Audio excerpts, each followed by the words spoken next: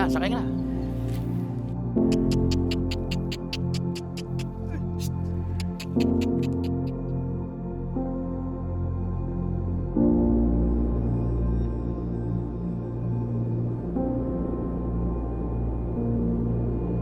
Mahirap po kasi ang ano noon, yung daan. Dito po namin idinadaan dito yan. Putik na putik po talaga. Kaya puro ano, sa halip na maggugulay ka, puro sakanat ng isang harvest na lang. Ako pagka po tagulan, talagang hanggang dito po putik niyan. Hanggang tuhod.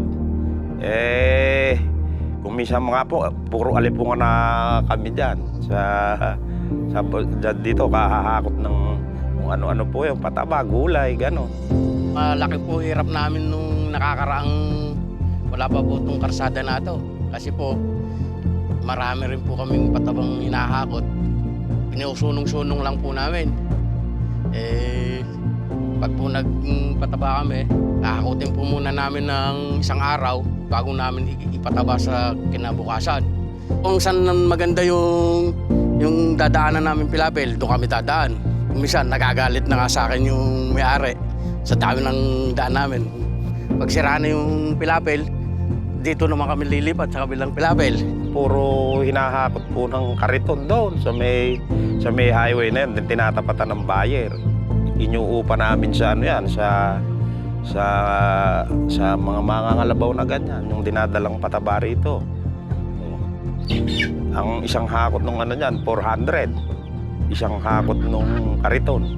Isang biyahe, dalawang biyahe yan, ang dalawang biyahe.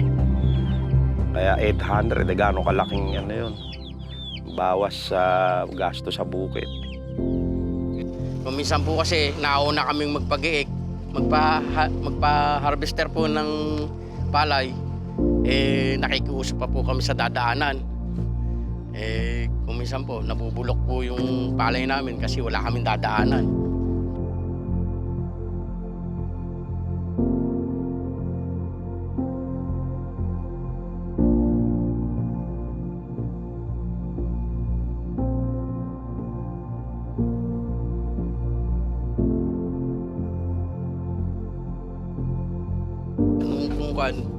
Dala nga po sa layo rin ng sinusunungan ko po ng papakain sa kalabaw, nagugutom po sila, nangangayayat dahil sa hirap din po ng pagkukuha namin ng pagkain.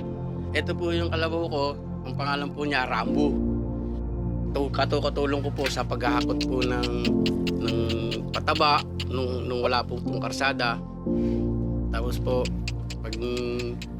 pagkukum po ng mga punla, yun naman po ang naging papel niya po sa akin. Kaya po may kalabaw po akong naalagaan, si Rambo.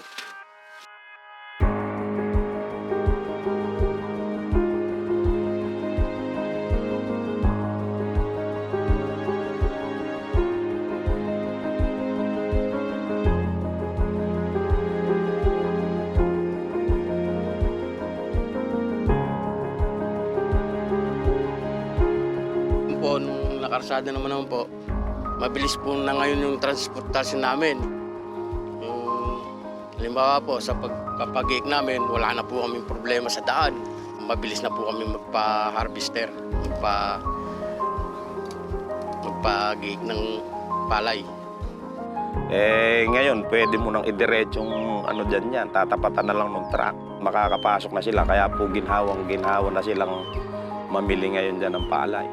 Dire-diretso na yung sasakyan namin. Napakalaki na talaga ng ipinagbago. Kaya pabor na pabor po sa marami yung pagkakakarsada na yan. Tsaka po yung mga bata, tataglay na yan hanggang sa tumanda sila na maganda na talaga yung ano. Marami na pong nag-iintis na magbahay dito ngayon. Sa umaga nga po, maraming nagja-jogging dyan Sa may ano na yan yung mga matatanda, yung mga senior, dito sila naglalakad madaling araw, mga 5:30, gano'n. Dati doon sila sa highway, delikado ngayon doon yung mga truck. Ito wala. Wala silang iniintinding masasagasaan sila. Pero nung magawa yung farm to market road na to, napakalaking ginhawa po. Kaya po lubos na nagpapasalamat kami. Biyayang ano talaga to na Sabi, hindi na matutumbasan ng ano yan, mga kaligayahan ng mga tao rito.